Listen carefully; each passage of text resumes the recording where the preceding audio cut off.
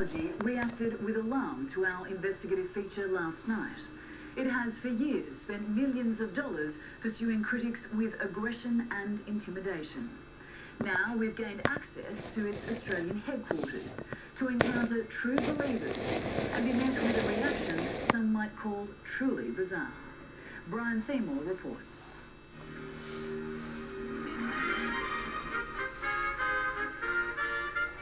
Australia was the first country to recognise Scientology as a religion. As long as man has been aware, he's sought to understand himself. Did he come from mud? Is he an animal? Or is he something more than an animal? That's the eternal question. Do you want tea or coffee? No? Okay. I'll find it. A lot of Scientologists called asking to put forward a positive case about Scientology, and I've called them all back this morning. I'm hoping someone will agree to an interview. Well, I'm sure if you speak to Virginia, she might talk to you about it. Well, I did yesterday for 3 hours. We watched Dianetics there, we sat there, then we sat here. I had to go on this evening. I had to go on this yesterday. I was here, and when I said to them, I want to give you a fair go, the needle went down to the left, which means I'm relaxed and not stressed. Okay. And we all laughed about it. Okay. Because I was genuine in my offer. Yeah. And the email showed that. Okay. I spent 3 hours here yesterday at Scientology headquarters in Sydney and was welcomed back anytime. So today, I returned to get their reaction to the BBC Panorama documentary we aired last night. I was invited to East Grinstead to meet senior Scientologist Tommy Davis. We were shown videos and tried to reach an agreement on access. He didn't want us to interview attackers or anonymous critics or use the word cult. We couldn't reach agreement. But we'd meet again. Right here, right now. I'm angry. Real angry. I have absolutely nothing to hide whatsoever.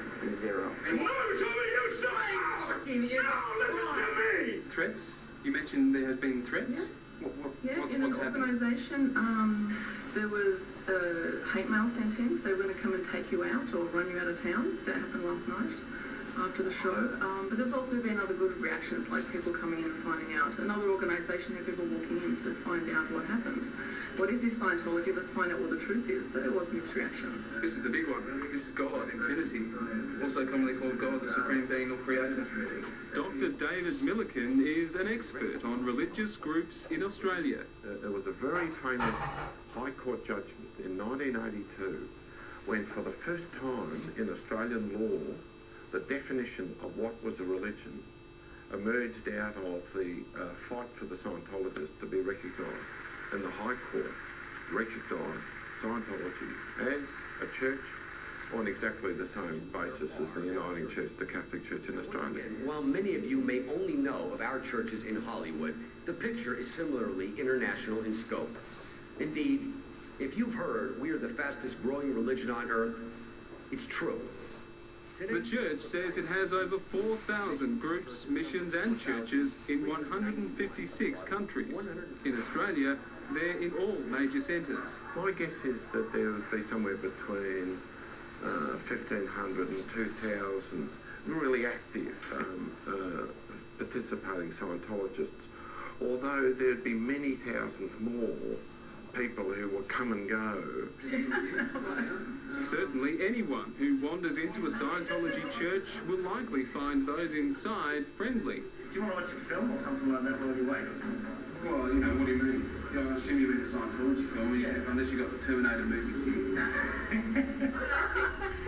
Church spokesperson Alex Katutsok is what's known as a pre-clear.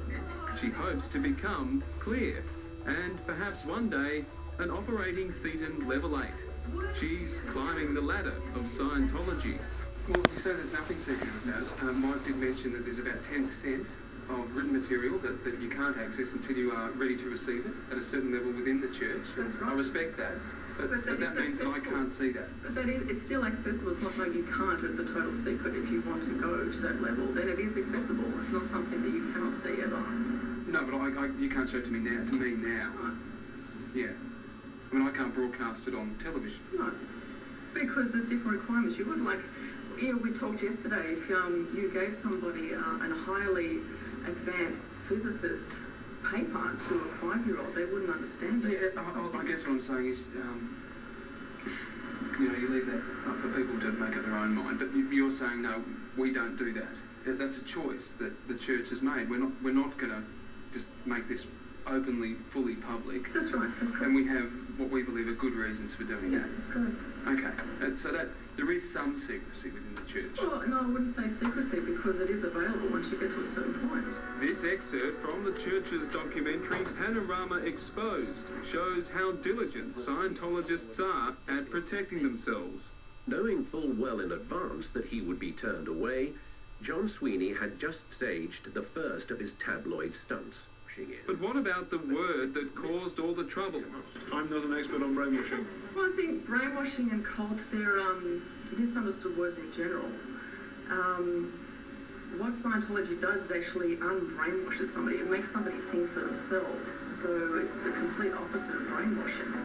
And it's hard work. They believe that what they're offering is this really important technology and information that systematically sort of take off the residue of evils that have hung around and destroyed the history of human beings. David says that can cost as much as $400,000. The church told me it's more like $100,000. You should make up your own mind about this and any other church. One thing we do know, Scientology founder L. Ron Hubbard has left a lasting legacy. Yeah, I wish he was here now. I'd love to talk to him. Oh, Ron, you left us too soon. Or did